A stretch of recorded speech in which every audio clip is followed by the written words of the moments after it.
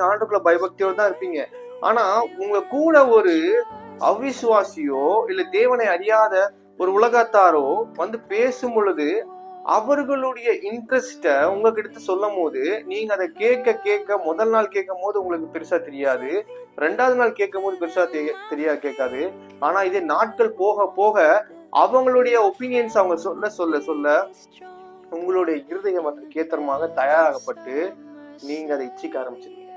சிம்பிளா சொல்லணும்னா ஒரு வீட்டை ஒரு எக்ஸாம்பிள் எடுத்துட்டோம். ஒரு வீடோ இல்ல ஒரு கார் எடுத்துக்கிட்டீங்கன்னா அந்த கார் பார்க்க நல்லா இருக்கு அப்படின்றது நீங்க நார்மலா பார்க்கும்போது ஒரு கார் அவ்வளவுதான்.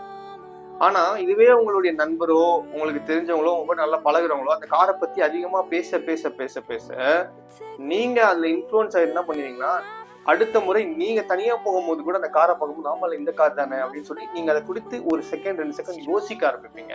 அங்கதான் பிசாசு உங்களை கீழே விழ வைப்பான்.